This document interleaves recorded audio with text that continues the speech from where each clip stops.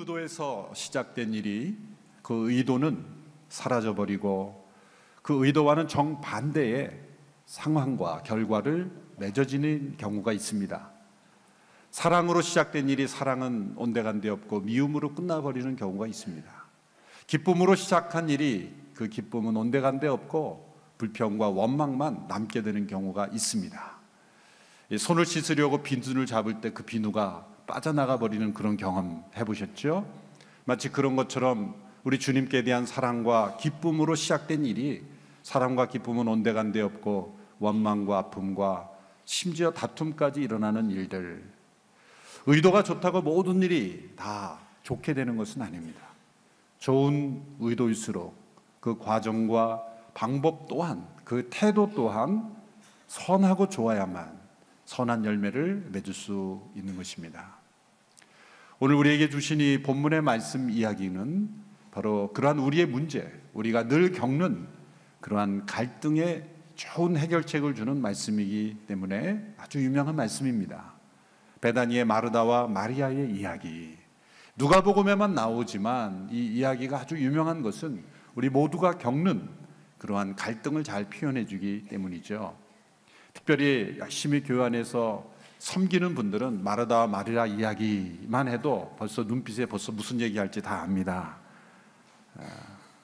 누가 마르다와 같고 누가 마리아와 같은지를 다 알게 되기 때문에 서로 웃음을 짓고 합니다. 이 이야기 속에는 이 마르다와 마리아의 대조적인 모습, 예수님을 만나는 이 대조적인 모습을 통해서 우리에게 가장 중요한 것이 무엇인지, 또 우리가 어떤 태도로 주님을 섬기고 또 봉사해야 될지 우리에게 잘 가르쳐주는 귀한 본문입니다. 이 마르다와 마리아 두 자매 모두 예수님을 사랑했던 자매들입니다. 두 자매 모두 예수님께 대한 진정한 믿음을 가지고 있었고 또 예수님의 필요, 예수님의 제자들의 필요를 채워주었던 자매들입니다. 당시에 많은 사람들이 예수님을 이용하려고만 하고 또 예수님을 심지어 배척할 때 베다니에 살았던 이 자매는 예수님을 진실로 경외했고 사랑했고 순종했고 따랐던 자매들입니다. 그러나 두 자매의 성격과 기질은 정반대였습니다. 마르다는 주도적이고 열정적이고 그리고 자신의 속마음을 솔직하게 표현하는 그러한 자기 주장이 때로는 강하게 보이는 그런 외향적인 성격입니다. 마리아는 정반대로 조용하고 사색적이고 내성적이고 때로는 자기의 의사도 잘 표현하지 않는 그런 내면적인 내향적인 그런 성격입니다. 이 마르다의 외향적인 성격, 주도적인 성격은 길을 가던 그 예수님의 일행을 자신의 집으로 모셔오는 그런 모습에서 나타납니다. 오늘 본문 38절의 말씀을 한번 보십시오. 38절의 말씀을 함께 읽겠습니다. 시작. 예수께서 제자들과 함께 길을 가다가 한 마을에 이르시니 마르다라는 여인이 예수를 집으로 모셨습니다. 자, 예수님과 그 일행을 집으로 모신 것은 누굽니까? 마리아입니까? 마르다입니까? 마르다예요. 우리는 이 마르다를 무조건 나쁜 관점으로만 보기 쉬운데 절대 그런 관점으로 보시지 말기를 바랍니다. 주도적인 성격이 항상 나쁜 것으로만 보기 쉬운데 절대 그런 관점으로 봐서는 안 됩니다. 성격과 기질은 차이일 뿐이지 옳고 그름이 아닙니다. 모두가 조용하고 모두가 사색적이고 모두가 내면적이면 누가 세상을 움직입니까? 누군가 주도적으로 나서서 앞장서서 끌고 가는 그런 성격과 기질의 사람도 필요한 것이죠. 마르다가 예수님을 집으로 모시지 않았더라면 마리아가 예수님의 음성을 들을 수 있었겠습니까? 집으로 모셔오는 것, 그게 얼마나 아름다운 일입니까? 예수님과 제자들이 그 필요가 얼마나 많았겠습니까? 의식주를 해결해야 되는 그런 문제들이 얼마나 많았겠습니까? 마르다는 이 본문뿐만 아니라 틈만 나면 예수님과 제자들을 모신 거예요. 여러분, 배고픈 13명의 장정들을 먹이고 채우는 건 쉬운 일이겠습니까? 여러분의 집에 13명의, 적어도 13명의 중년 남성들이 방문을 한다고 생각하십시오. 그거는 잠자는 일부터 식사를 준비하는 일까지 결코 쉬운 일이 아닐 겁니다. 그러나 그런 일을 조금도 두려움 없이 담대하게 결단하고 초청하는 것, 이 마르다의 장점이죠. 외향적이고 주도적인 성격을 가진 사람이 할 수 있는 일입니다. 예수님과 제자들을 집으로 모신 마르다, 그는 예수님과 제자들을 최고로 대접해드리고 싶었습니다. 일상적으로 자기들이 집에서 먹는 그런 음식이 아니라 최고의 대접을 통해서 예수님께 최고의 만찬을 해드리고 싶었던 거죠. 그래서 아마 집에 있는 모든 요리책을 다 꺼냈을 거예요. 자기가 할 수 있는 최고의 그런 요리를 생각했을 겁니다. 또 테이블보도 바꾸고 또 빨래도 새로 다 해서 그 천도 다 갈고, 혹시 잘지 모르니까 이불보도 다 갈고, 디저트는 뭐로 할까, 온통 머릿속에 어떻게 대접을 잘해드릴 것인가, 그런 관심으로 가득 차 있었던 것이죠. 그래서 동시에 해야 될 일들이 머릿속에 가득 차 있었던 겁니다. 마르다는 여장군처럼 모든 일을 씩씩하게 잘 해냈습니다. 드디어 예수님의 일행이 도착했습니다. 예수님께 반갑게 인사를 마치자마자 그는 부엌으로 달려가서 이제 음료를 준비하고 음식을 준비하고 열심히 부엌에서 일을 하기 시작했어요. 너무나 동시에 해야 될 일들이 많이 떠오르니까 마리아가 떠오른 거예요. 여동생 마리아가 떠오른 거예요. 같이 일을 도와주는 사람에게 물어봤습니다. 근데 마리아는 어디에 있는 거야? 그때 어떤 사람이 대답합니다. 저 거실에서 지금 예수님 앞에 앉아서 예수님 말씀을 듣고 있는데요. 그 순간 마르다가 순간 화가 치밀어 오른 거예요. 아니, 이렇게 할 일이 많은데 잠깐 예수님 인사했으면 빨리 부엌에 들어와서 음식 준비나 도와줄 것이지, 그 당시에 유대 문화에는 남자들 팀에 여자가 앉아 있다는 것은 사실은 좀 문화적으로도 안 맞는 일이거든요. 부엌에 있어야 될 마리아가 거실에서 예수님 발 앞에서 조용히 말씀을 듣고 있으니 화가 안 났겠어요? 순간 화가 치밀어서 확인해보러 거실에 나간 거예요. 딱 보니까 예수님의 바로 발 앞에 앉아서 예수님의 얼굴을 쳐다보며 말씀을 듣고 있었어요. 그래서 마르다가 신호를 보냅니다. 헛기침을 합니다. 하면서 나를 좀 쳐다보라고. 그런데도 마리아가 쳐다보지도 않아요. 그냥 예수님의 말씀에 집중하고 있는 거예요.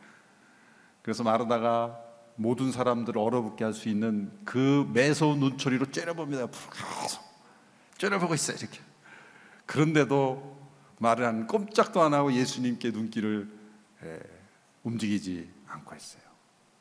하는 수 없이 마르다는 그 분위기를 깨트리는 부정적인 행동을 해야 되겠다라고 결심합니다. 그 마리아에 대한 섭섭함, 뭔가 모르는 그러한 마음에 일어나는 분노를 해결하기 위해서 예수님 앞에 다가갑니다.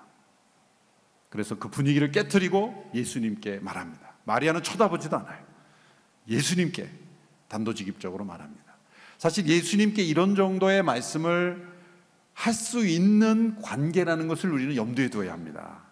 처음 만난 관계에서 마르다가 이렇게 예수님께 무리하게 말했다 이렇게 생각하면 안 되고, 지금 예수님과의 관계는 처음 대면이 아니라 이미 사실 몇 차례 이상, 어떻게 보면 예수님께서 이 베다니에 있는 나사로와 마르다 마리아의 홈은 일종의 리트릿 센터처럼 제자들이 머물러서 잠시 쉬고 음식도 공급받고 그러한 관계 속에서 이미 관계가 있었던 것으로 보는 것이 좋습니다. 그러므로 마르다가 이런 속마음을, 이런 기본적인 관계 속에서 마르다가 자신의 감정을 솔직하게 예수님 앞에 표현할 정도로 친밀한 관계입니다. 뭐라고 건의하는지를 한번 보십시오. 40절의 말씀입니다. 40절 시작. 접대하는 일로 정신이 없었습니다. 그래서 마르다가 예수께 다가와 말했습니다. 주여, 제 동생이 저한테만 일을 떠맡겼는데 왜 신경도 안 쓰십니까? 저를 좀 거두어 주라고 말씀해 주십시오. 마르다가 뭔가 억울한 거죠. 주여, 제 동생이 저한테만 일을 다 떠맡겼는데 왜 신경도 안 쓰십니까? 어서 저 동생 마리아에게 저를 좀 거두어 주라고 말씀해 주십시오. 이 마르다가 느끼는 억울함, 이 억울함은 사실 많은 주부들이 느끼는 억울함이죠. 많이 공감을 갈 겁니다. 특별히 명절 때 보면 여러 자부들이 있는데 어느 자부는 일찍 와서 음식도 준비하고 열심히 준비를 하는데 어느 자부는 당일날 딱 나타나서 식사하면서 음식이 맛이 있느니 없느니 이렇게 잔소리를 하면서 또 식사하고 난 다음에는 어머, 나 지금 성역 공부하러 가야 돼. 온누리교회에서 지금 성역 공부하러 가야 돼.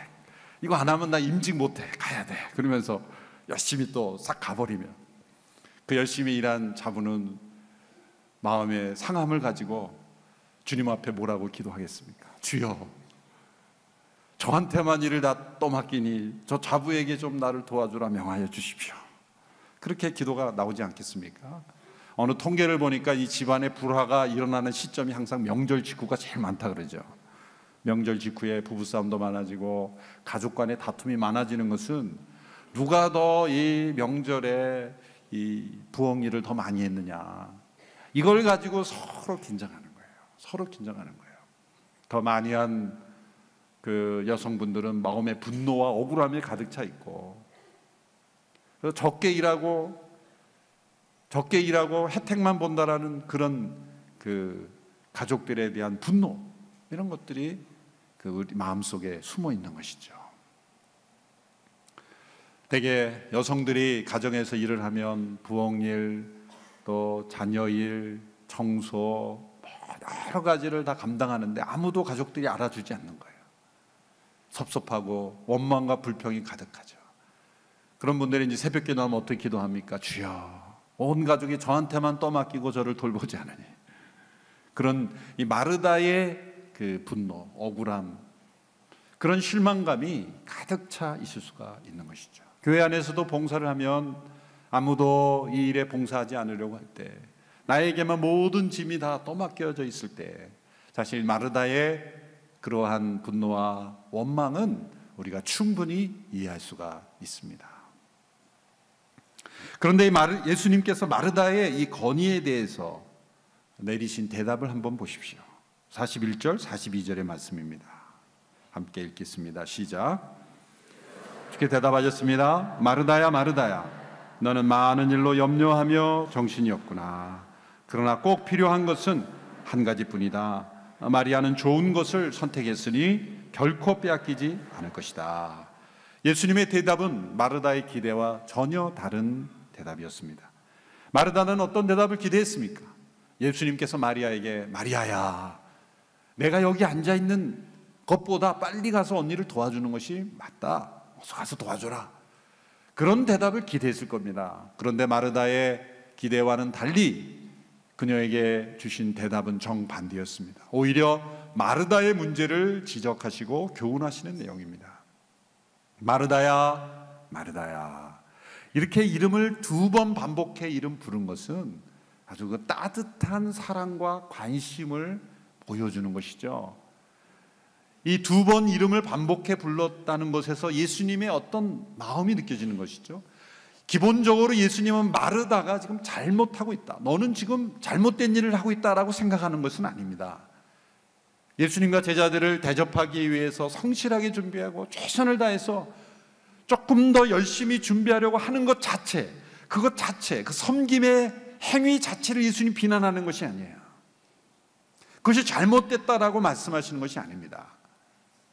대접하려는 마음, 섬기기 원하는 마음, 그 마음은 예수님이 귀중하게 보신다는 거예요.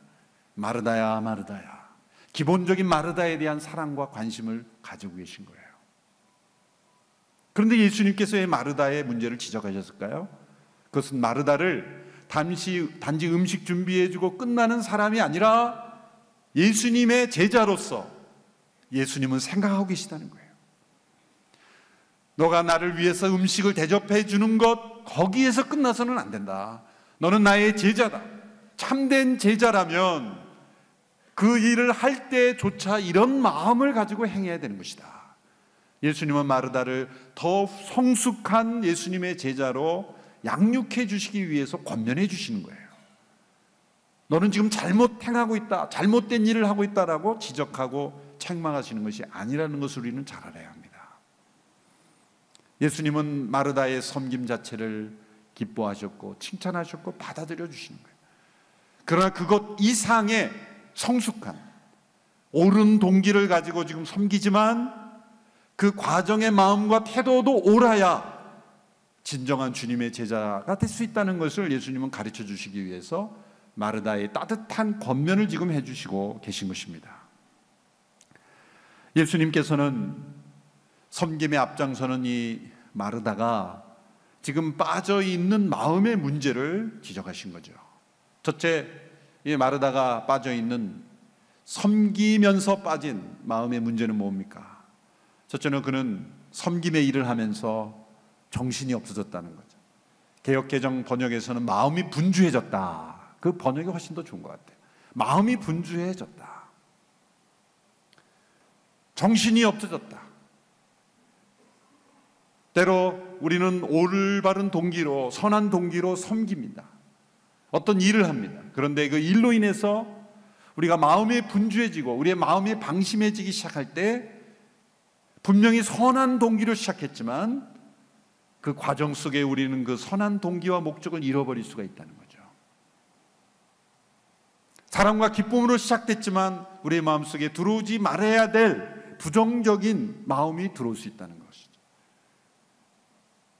유진 피터슨이라는 목사님은 분주함이란 섬기는 사람들에게 있어서 이 분주함이란 헌신의 표시가 아니라 배신의 표시다.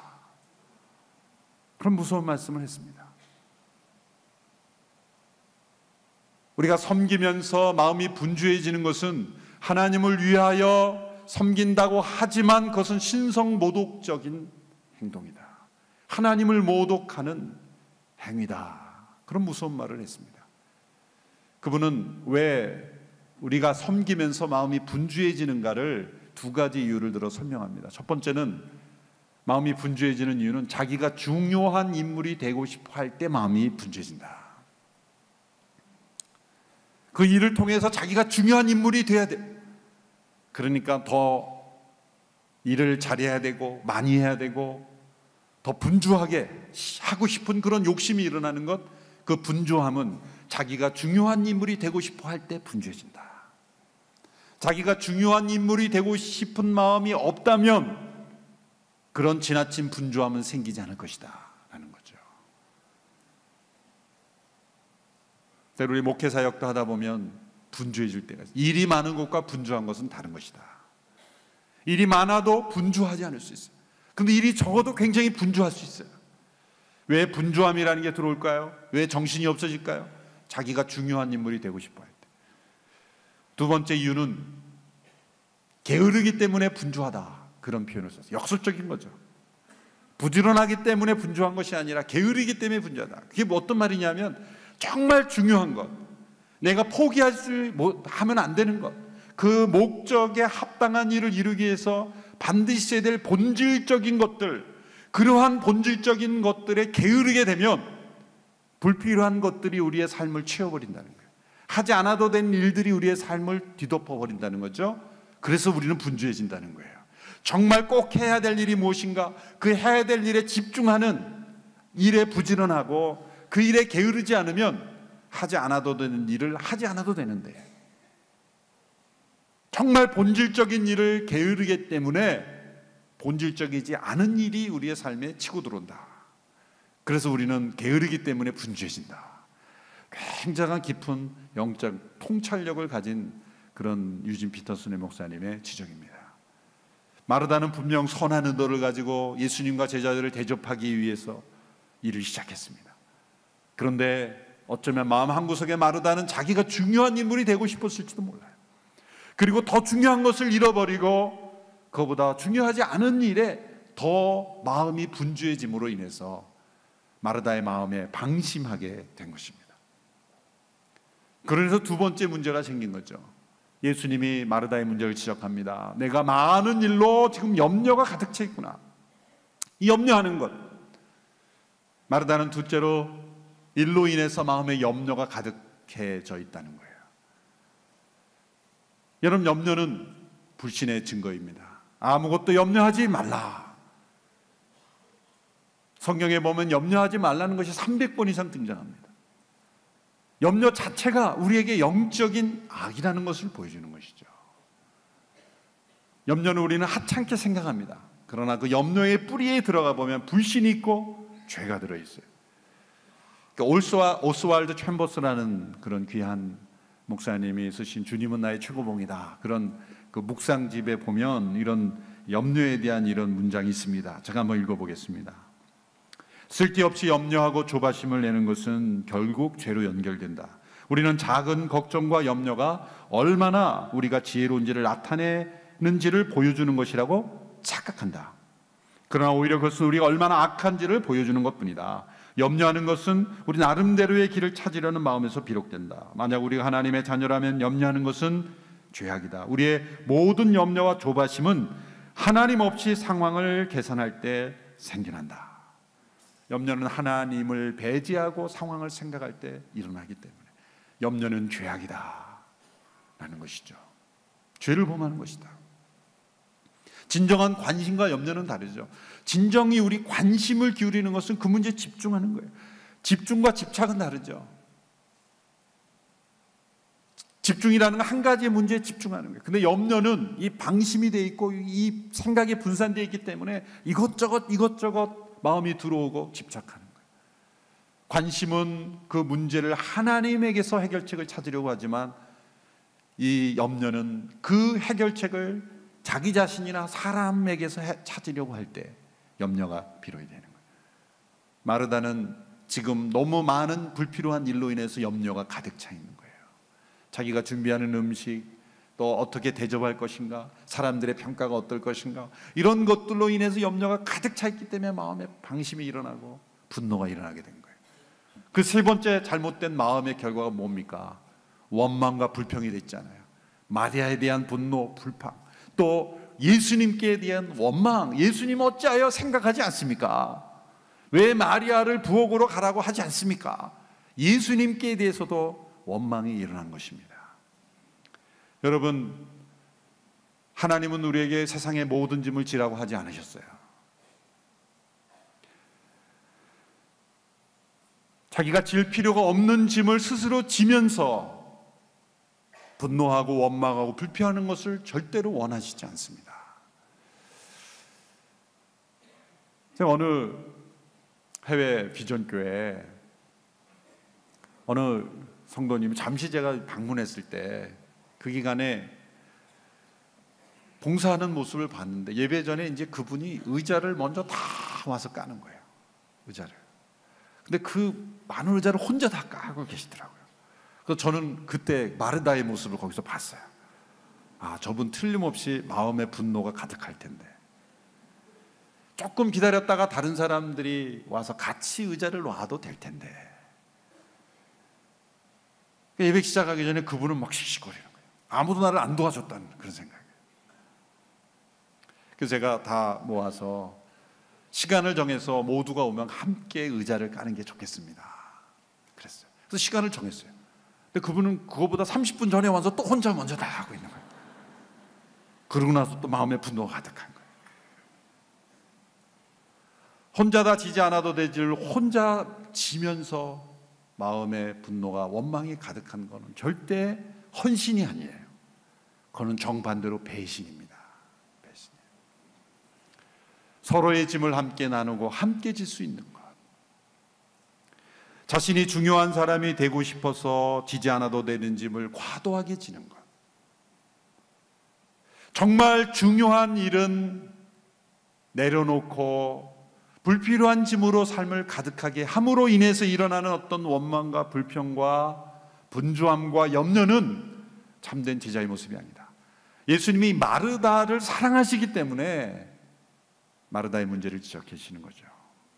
예수님께서 마르다에게 꼭 필요한 한 가지가 있다 말씀하셨죠. 마르다는 그 좋은 편을 선택했으니 결코 빼앗기지 않을 것이다. 마르다가 먼저 선택해야 될 꼭 필요한 한 가지는 뭡니까? 어떤 분들은 이 본문을 잘못 해석해서 꼭 필요한 한 가지다, 그거를 음식으로 잘못해서 음식 한 가지면 된다, 그렇게 해석하는 경우가 있어요. 그거는 올바른 해석이 아닙니다. 실제 그렇게 해석하는 분들이 계세요, 유명한 분들 중에서. 근데 그것이 아닙니다. 꼭 필요한 한 가지가 뭡니까? 지금 마리아가 하고 있는 예수님의 발 앞에 앉아서 예수님의 음성을 듣는 것. 마르다가 너가 그걸 잃어버리지 않았느냐? 어쩌면 마르다는 예수님께 귀한 선물을 해드리고 싶었지만 먼저 정말 예수님이 원하시는 게 뭔지 듣는 일에는 실패한 거야. 그 순간 자기가 생각할 때 예수님과 제자들에게 필요할 거라고 생각하는 거를 열심히 선물을 준비했지만 정말 예수님의 임재 앞에 먼저 머물러 있는 것을 잃어버리는 거예요. 첫 단추가 잘못 꿰지면 나머지는 다 잘못되는 거예요. 그 마르다의 섬김 자체를 비판하신 것이 아니에요. 섬김 이전에 있어야 될 예배, 그 사역 이전에 있어야 될 묵상,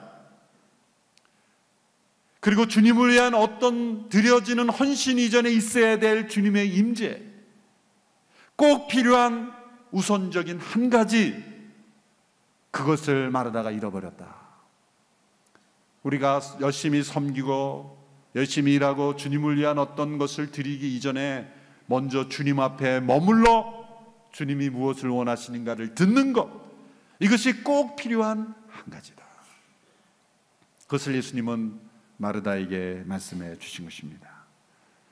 17세기 중반에 니콜라스 헐만이라는 분이 있었습니다. 이분은 교육을 잘 받지 못했어요. 그래서 군인도 되지 못했고 군인 밑에서 이렇게 심부름하는 사람이었어요.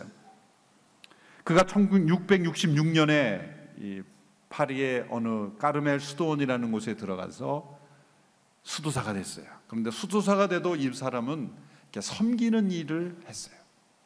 처음에는 주방에서 요리하는 그런 요리사로서 시작을 했죠. 나중에는 무릎이 아파서 앉아서 이 구두를, 수도사들의 신발을 고쳐주는 그런 일을 하신 거예요. 80세까지. 그가 그 수도원에서 새로 받은 이름이 로렌스 형제, 브라더 로렌스라는 이름을 받았습니다. 그분이 수도사원의 생활에서 하면서 남겼던 그런 편지와 글들이 모아져서 하나님의 임재 연습이라는 책으로 출간이 됐죠. 수백 년이 되었지만 그 책이 베스트셀러, 스테디셀러가 된 이유가 뭡니까? 그 책을 가만히 보면 뭐 스펙터클한 뭐 기적의 사건 그런 게 없어요. 어떻게 그래서 그러므로 어떻게 보면 한편은 실망스러울지도 몰라요. 그런데 그 책이 수백 년 동안 수많은 사람들이 읽어지는 게 될까요? 그분은 너무나 평범한 일상 속에서 마르다가 놓쳤던 하나님의 임재를 경험하고 있었기 때문이에요. 그는 수많은 여성들이 들어가기 힘들어하는 부엌에서 수많은 사람들이 힘들어하는 그런 다른 사람의 신발을 고쳐주는 일을 하면서 오히려 그는 하나님의 임재께 깊은 감동을 느꼈다는 거예요. 그 책의 일부를 그가 어떤 고백을 했는지를 한번 보면 이렇습니다. 나는 하나님께 대한 사랑을 인하여 프라이팬에 조그만 오믈렛을 뒤집었다. 그 일이 끝나고 달리 할 일이 없을 때는 바닥에 엎드려 그 오믈렛을 만드는 은혜를 주신 하나님을 경배했다. 그리고 나는 왕보다 더 행복한 마음으로 일어났다. 아무 일도 할 수 없을 때는 하나님께 대한 사랑을 인하여 지푸라기 하나만을 들어도 좋았다. 여러분, 프라이팬에 계란을 뒤집으면서 그는 하나님의 임재를 경험했다는 거예요. 마르다는 지금 계란을 뒤집으면서 분노가 일어나는 거예요. 계란이 뒤집히면서 마음도 뒤집히는 거예요. 이건 마르다가 와서 해줘야 내가 지금 다른 일을 그 밥도 하고 뭐도 하는데 오믈렛을 뒤집으면서 마르다는 속이 뒤집힌 거예요. 혹시 명절 때 전을 뒤집으면서 속이 뒤집히는 분 안 계십니까? 그런데 이 브라더 로렌스 형제는 모두가 귀찮아하고 싫어하고 마르다처럼 원망과 불평과 그러한 짜증과 분주함이 일어나는 그 부엌 일을 하면서 그는 그 속에서 하나님의 임재하심을 경험했다는 거예요. 이것이 무엇을 보여줍니까? 이 로렌스 형제는 꼭 필요한 한 가지를 하면서 섬겼다는 거예요. 마르다가 놓쳤던 꼭 필요한 한 가지, 그것은 예수님의 발 앞에 먼저 앉아 예수님의 음성을 듣는 것으로부터 시작했기에 그는 어떠한 섬김의 일을 하도 그런 마음의 평안과 기쁨과 감사를 잃어버리지 않았다. 하나님의 임재는 섬김과 분리되는 것이 아니라 섬김 이전에 반드시 있어야 될 것이다. 우리의 사역 이전에 예배가 꼭 있어야 되겠다. 우리의 헌신 이전에 하나님께 대한 묵상이 반드시 있어야 된다. 꼭 필요한 한 가지를 우리가 잃어버려서는 안 된다. 그러나 역으로 이야기를 마무리하면서 우리는 역으로 이렇게 생각하면 안 돼요. 섬김, 헌신, 봉사 다 필요 없는 거야. 앉아서 듣고 묵상, 예배하는 것이, 기도하는 것이 중요한 거야. 그건 또 다른 극단이에요. 어쩌면 이 이야기의 후편이 나오면 이럴지도 몰라요. 마리아가 마르다를 비난하면서 예수님이 저 마르다 저 일 좀 그만하게 해주세요. 저 마르다로 하여금 저처럼 앉아서 들으라고 말해주세요. 그러면 예수님이 뭐라 할까요? 마르다야, 너에게 꼭 필요한 한 가지가 있다. 너는 이제 충분하니 나가서 좀 섬겨라. 우리는 마르다를 비난할 것이 아니라 마르다의 그 섬김 속에서 빠뜨린 것을 우리는 채워야 돼요. 오히려 우리는 한편으로는 마리아처럼 예수님의 발 앞에 듣는 그런 일에는 너무나 잘하면서 어쩌면 부엌으로 가서 다른 사람들을 섬기는 그런 일은 또 빠뜨려 버릴 수가 있는 거예요. 균형이 중요한 겁니다. 그러면 결론은 우리는 마리아처럼 묵상하고 주님의 임재를 사모하며 동시에 마르다처럼 일할 수 있어야 되는 거예요. 우리의 내면은 마리아로 가득하고 우리 외면은 마르다로 가득할 때 우리는 균형 있는 제자의 삶을 살 수 있으리라고 믿습니다. 우리는 하나님의 임재 앞에 머물며 동시에 하나님을 섬겨야 되는 거예요. 주님을 향한 예배가 끊이지 않으며 동시에 주님을 섬기는 사역으로 가득해야 될 줄로 믿습니다.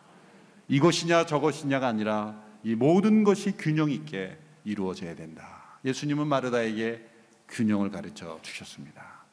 우리 모두에게 이 마리아의 깊은 묵상 그리고 마르다의 열정적인 섬김이 항상 가득한 귀한 성도들이 되어서 주님께 합당한 제자가 될 수 있게 되기를 축원합니다.